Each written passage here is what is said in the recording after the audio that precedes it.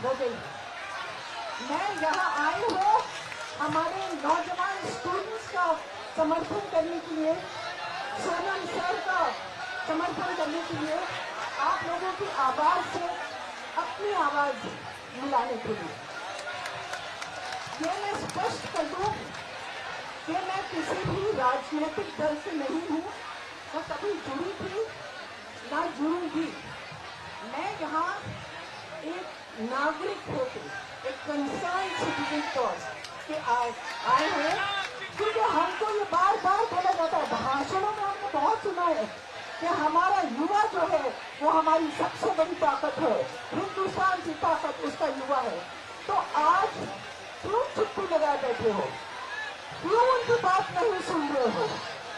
क्यों ऐसे तुम इस तरह का व्यापार कर रहे हो, इस तरह का इजहार कर रहे हो जैसे तुमको इससे कुछ मतलब ही नहीं?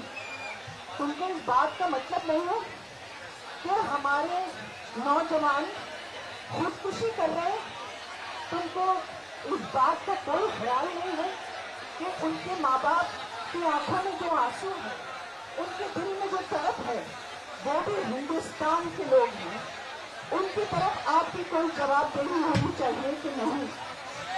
इसलिए मैं आई हूँ, क्योंकि मैं मानती हूँ कि दुनिया में जब कभी और जहाँ भी कभी भी इंकलाब आया है, रेवोल्यूशन आया है, चाहे वो तियानमन स्क्वायर हो, चाहे वो अरब अपराइजिंग हो, चाहे वो का स्प्रिंग हो, हर जगह वियतनाम से लेकर हर जगह जब कोई बड़ा रेवोल्यूशन आया है तो हमेशा युवा पीढ़ी है जो सामने आई है और बिल्कुल सीना तान के खड़ी हुई है कि हम अपने हक के लिए लड़ेंगे, हमारी मांगे पूरी करो।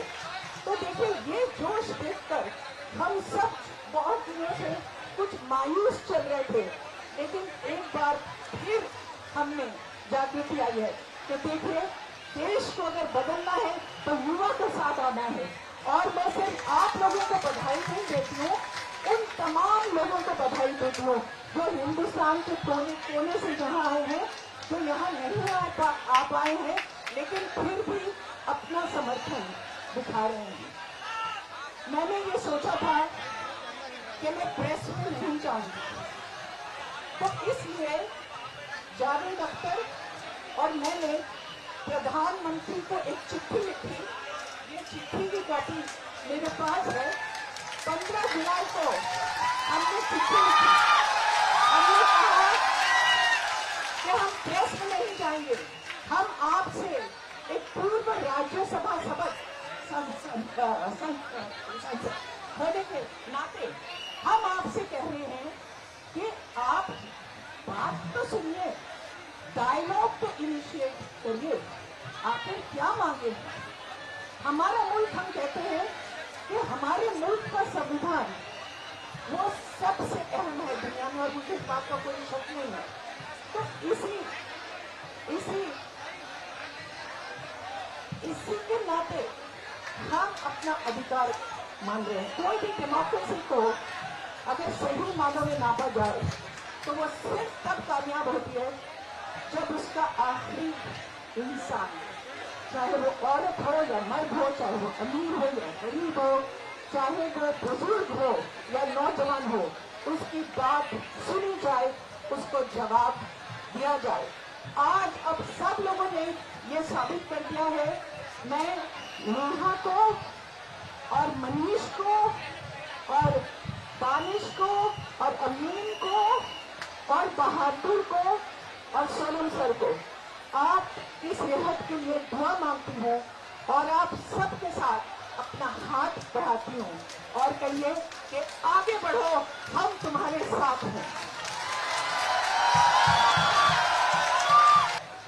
कोई तो सूद चुकाए, कोई तो जिम्मा ले, कोई तो सूद चुकाए, कोई तो जिम्मा ले उस इंकलाब का जो आज तक उधार सा है।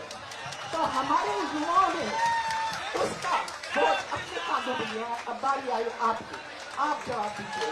एक बात जो अभी भी कुछ लोग डरे हैं, उनको ऐसा लग रहा है कि हम समर्थन तो करना चाहते हैं, लेकिन हमारी इतनी छोटी सी आवाज है हमारी बात कौन सुनेगा। तो इसी तरह से कतरा कतरा बनकर ही सागर बनता है। तो आइए हम सब साथ आए और फैज अहमद फैज की एक नज़्म है, उससे मैं अपनी बात खत्म करती हूँ।